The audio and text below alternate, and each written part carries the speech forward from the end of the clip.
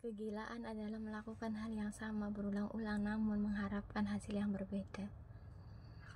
Saya mau merubah hidup, tapi bagaimana caranya? Mari kita samakan persepsi-persepsi. Berusaha yang dimaksud adalah perubahan ke arah yang lebih baik. Dan perubahan itu bisa membawa kita ke jenjang yang lebih baik. Atau yang lebih sukses. Artinya perubahan itu adalah hijrah dari hal yang tidak baik untuk menuju hal yang baik. Dari orang yang tidak punya penghasilan menjadi orang yang punya penghasilan. Dari orang yang penghasilannya sedikit menjadi punya penghasilan yang besar.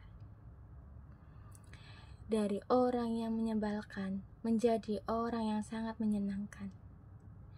Dari yang tidak punya teman menjadi orang yang banyak temannya. Dari yang tidak dihargai menjadi orang yang dihargai. Dari orang yang gemuk menjadi orang yang kurus, atau sebaliknya. Dari yang ibadahnya amburadul menjadi ibadahnya yang baik. Atau dari orang yang suka main slot menjadi orang yang sudah tidak lagi main slot. Atau banyak sekali perubahan yang kita inginkan dalam hidup ini. Kalau Anda punya perubahan sendiri, coba Anda tulis di kolom komentar. Apa yang kita lihat dari diri kita hari ini adalah hasil dari pilihan-pilihan kita yang kita buat di masa lalu. Pepatah mengatakan, today is yesterday and tomorrow is today. Hari ini adalah hari kemarin dan hari esok adalah hari ini. Semua skill yang kita punya hari ini itu adalah hasil pilihan kita di masa lalu. Baik buruknya keadaan kita hari ini, itu juga hasil pilihan kita di masa lalu. Bahagia atau sengsara, keadaan kita saat ini, itu juga adalah gambaran dari apa yang kita pilih di masa lalu. Setiap tutup tahun kita selalu make wish bahwa mudah-mudahan tahun depan akan menjadi tahun perubahan. Bagi kita segala harapan perubahan. Tapi coba tanyakan saat ini, masih ingatkah kita dengan resolusi yang dibuat di awal tahun kemarin? Tidak ada berubah tahun terus berubah, tapi kita tidak pernah berubah.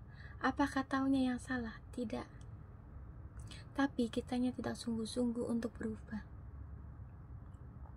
Make wish yang kita lakukan di awal tahun itu hanyalah mungkin pamer di media sosial, supaya orang lihat bahwa kita itu betul-betul peduli dengan impian kita. Padahal cuma pamer doang. Aplikasi di lapangan omong kosong. Ya, mungkin karena kesibukan, kesulitan yang kita alami. Bahkan banyak sekali persoalan-persoalan hidup yang kita alami sehingga kita bingung mau mulai dari mana untuk melakukan perubahan itu. Dan di mana kita biasanya merubahnya ada 3 tahapan perubahan.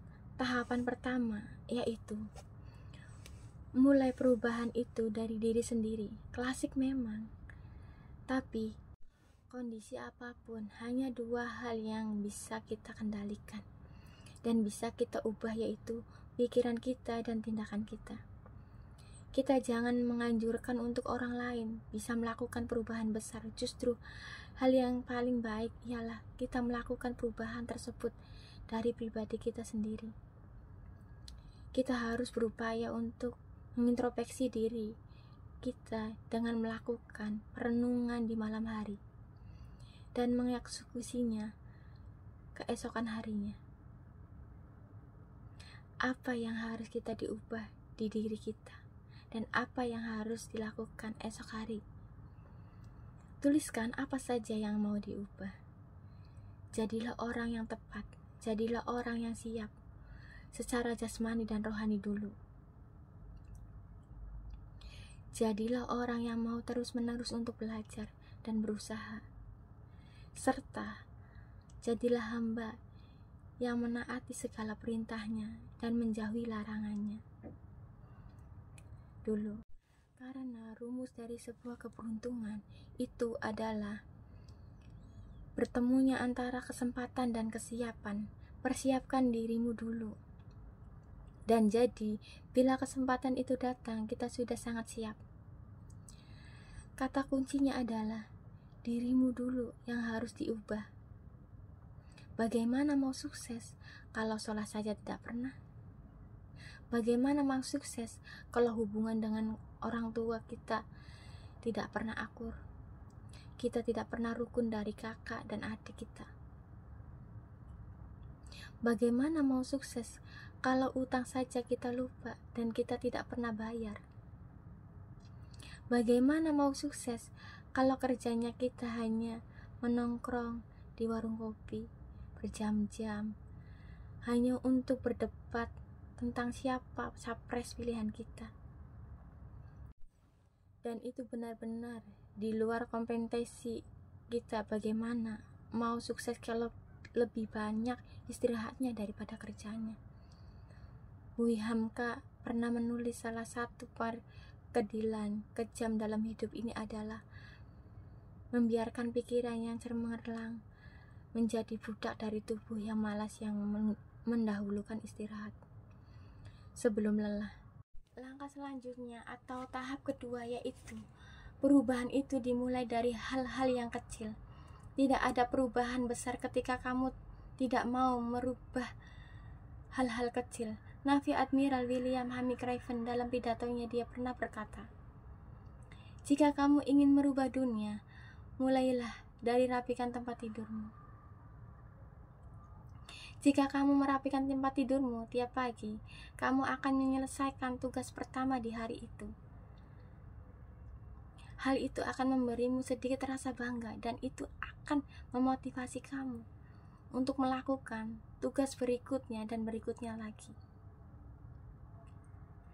Di penghujung hari, satu tugas terselesaikan akan menjadi banyak tugas yang akan terselesaikan juga. Merapikan tempat tidur mempertegas fakta bahwa hal kecil dalam hidup kita sangat berarti. Jika kita tidak dapat melakukan hal kecil dengan benar, kamu tidak akan pernah bisa melakukan hal besar dengan benar.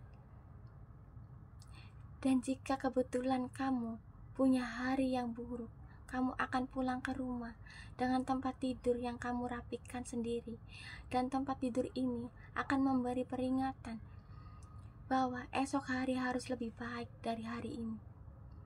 Bangun subuh dan sholat berjamaah di masjid. Susah iya, karena memang godaan kembali tidur itu sangatlah luar biasa. Tapi itu harus diperjuangkan. Bagaimana Allah mau memperjuangkan hidup kita kalau kita tidak mau memperjuangkan untuk taat kepada Allah? Jauhkan diri kita hal yang menggoda untuk melakukan aktivitas-aktivitas yang negatif. Merubah diri memang melelahkan, belajar itu melelahkan, tapi jauh lebih melelahkan ketika dihina karena tidak tahu apa-apa. Giat itu sakit dan capek, tapi jauh lebih capek ketika dihina karena kelebihan berat badanmu.